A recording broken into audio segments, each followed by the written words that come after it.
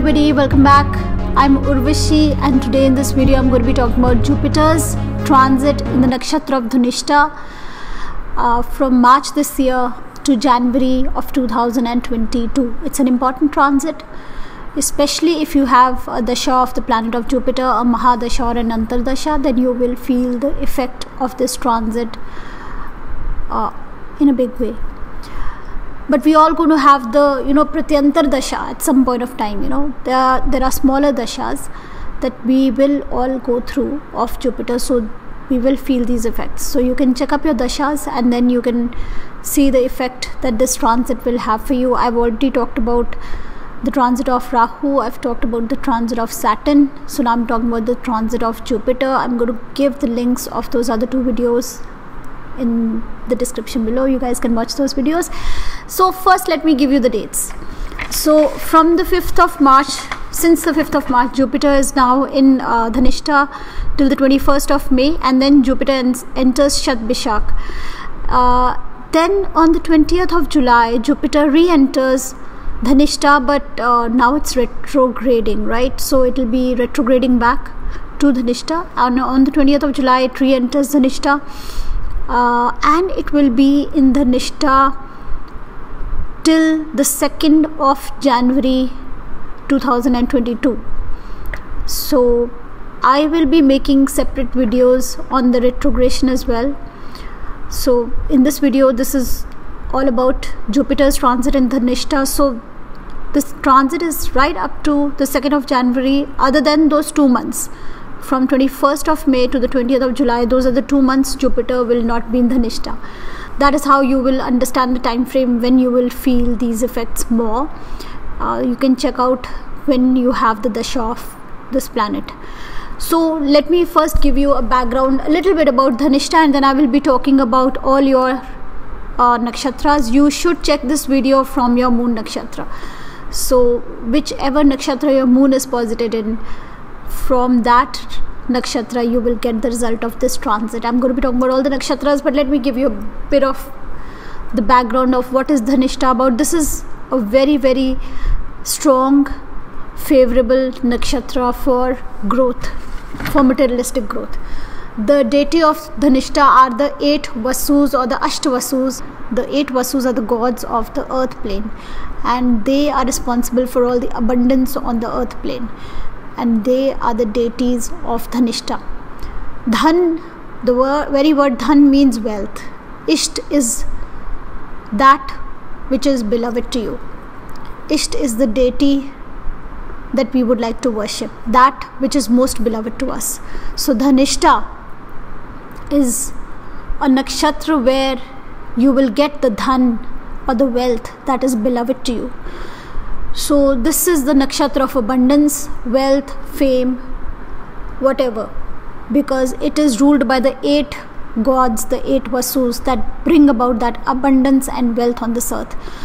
So this is a great transit for all kinds of growth, for wealth, for fame, for name, for status, for position. The only one negative aspect to this nakshatra is that for relationships, this nakshatra is not considered very good. It is said that people ruled by this nakshatra have an emptiness inside them, have a void or a vacuum inside them, and so they chase success, and they do become successful depending on everything else that is in the chart, depending on all the positions in the chart. But generally these people chase success, they achieve success, they make a name and status for themselves, but the void is there. The relationship issues can be there. So now in transit, when Jupiter transits Dhanishta, we may also get similar vibrations, especially if you're already going through a bad relationship. It may, if this transit, if from the moon, like I'm just going to tell you the effect of the transit from your moon nakshatra. If I'm going to tell you about negative effects, then the chances are that relationships could be a bigger negative during this 10 months. So if you already have relationship issues, you should be very cautious. This transit is not that great. Jupiter in Dhanishta does not show up very well for relationships, for getting married, for new partnerships. So any kind of business partnership, any new interaction with somebody new, any married relationship, or any other kind of relationship, or relationship that is already going bad, or relationship which you think that may go bad in the future, the chances are that it can go bad, and being aware of all this empowers us, that we do not encourage this energy to work like that, that we are more embracing of the other, that we are more cooperative with the other, that we do not get too stuck up and egoistic about our own dreams and desires, and that we connect more with the other, and we don't become too practical, too ambitious, and ignore the opposite house, this sign of Cancer.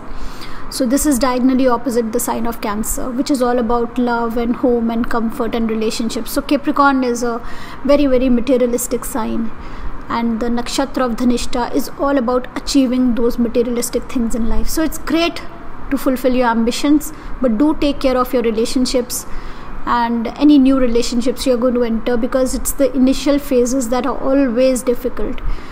And those that are already going through bad relationships, they do need to take extra caution. Also business partnerships, any kind of social interactions, could go wrong. Too much being obsessed with yourself, too much being obsessed about achieving that position or status, ignoring the 4th house, and not taking into account what the other wants, getting too aggressive, getting too hyper. This nakshatra in the Vimshotri scheme, Dasha scheme, is ruled by Mars. The house is ruled by Saturn. So Saturn-Mars combination is a difficult combination. So go slow, be considerate, but go for that success, go for that fame and achievement. That could be on the cards for you, depending again on the rest of your horoscope. But now I'm going to be talking about the individual nakshatras. So I'll start with Ketu. The Ketu ruled nakshatras, that is Ashwini, Magha and Moola. You will feel that there is more competition for you in whatever you want to achieve, may it be wealth, may it be status, name, fame, whatever. It will be a very, very competitive time for you, especially if Jupiter, you're going through a Jupiter Dasha, especially Moola is going to feel it more. And there will be more obstructions, there will be more hurdles, so you need to pull up your socks, and gear up for the tough time ahead. Now I'm going to be talking about the Venus ruled nakshatras, that are Bharani, Purvashada and Purv Falguni. This is a very comfortable time for you, positive time for you, and time that you would like to spend with your family. Financially too, this could be things easing out a little bit, especially with Saturn being in Capricorn and causing Sadesati. So since you're going through the last phase of Sadesati, and financially though things have been a little tight for you, but with Jupiter moving into Dhanishta, things are going to get easier for you, especially financially, and you're going to be able to connect better with your family, and mentally too you're going to start feeling more comfortable and more confident. Then I'm going to be talking about the Sun ruled nakshatras. So the Sun ruled nakshatras, which are Kritika, Uttara Falguni and Uttarashada.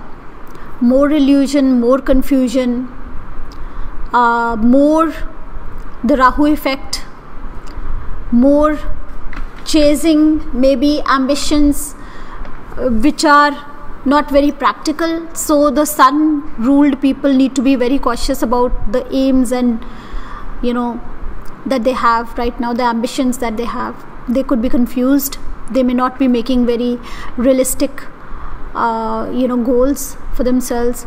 So here especially Uttarashada, they need to be extra cautious, but all the 3 nakshatras are going to get this effect because of Jupiter's transit here.